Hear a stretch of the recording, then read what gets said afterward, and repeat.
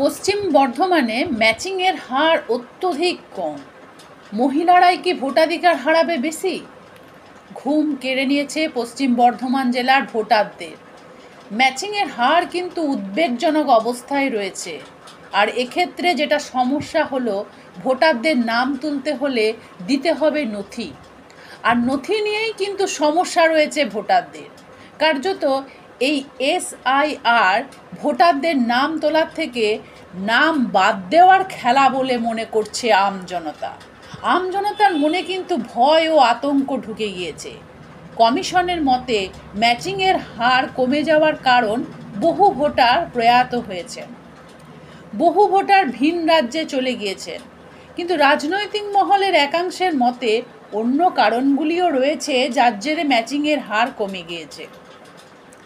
বহু ভোটার রয়েছেন যাদের বিবাহ হয়েছে, ফলে নাম পরিবর্তন হয়েছে, বাবার নামের স্থলে স্বামীর নাম এসেছে। এমনকি বহু নামের বানান ভুল থাকায় ম্যাচিংয়ের হার কমে গিয়েছে। এর ফলে নথি দিতে হবে।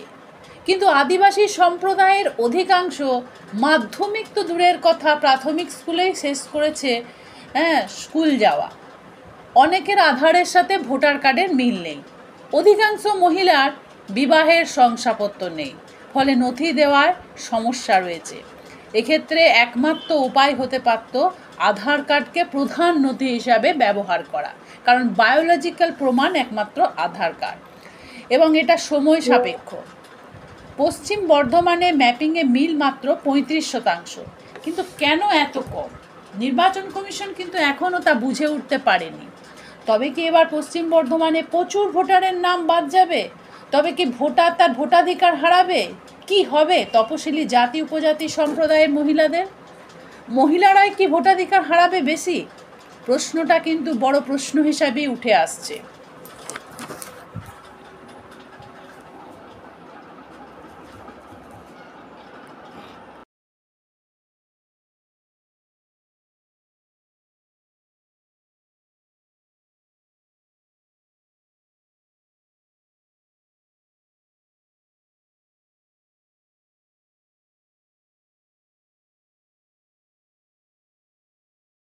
পর্যন্ত যেটা বলেছে, বুথের কর্মীরা গিয়ে বিএলওরা গিয়ে 35% পর্যন্ত মিলিয়েছে।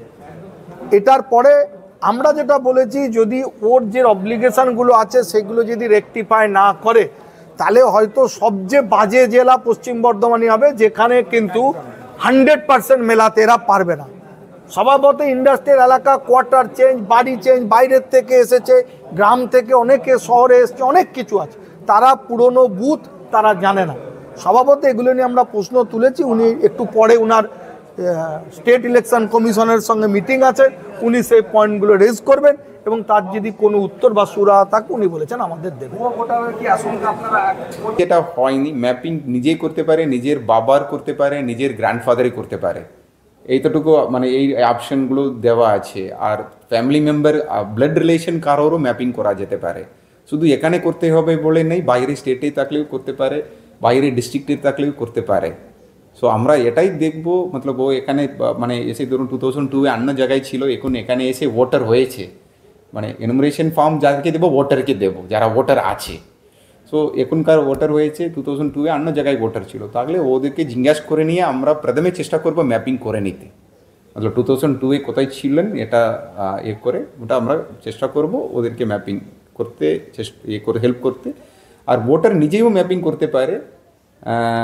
একটা ওয়েবসাইট আছে, পরে ডিটেল দিয়ে দেবো। ভোটার নিজেও ঢুকে তার নাম সার্চ করে, এপিক নাম্বার দিয়ে আর নাম ডিটেল দিয়ে সার্চ করে নিজেও ম্যাপিং করতে পারে।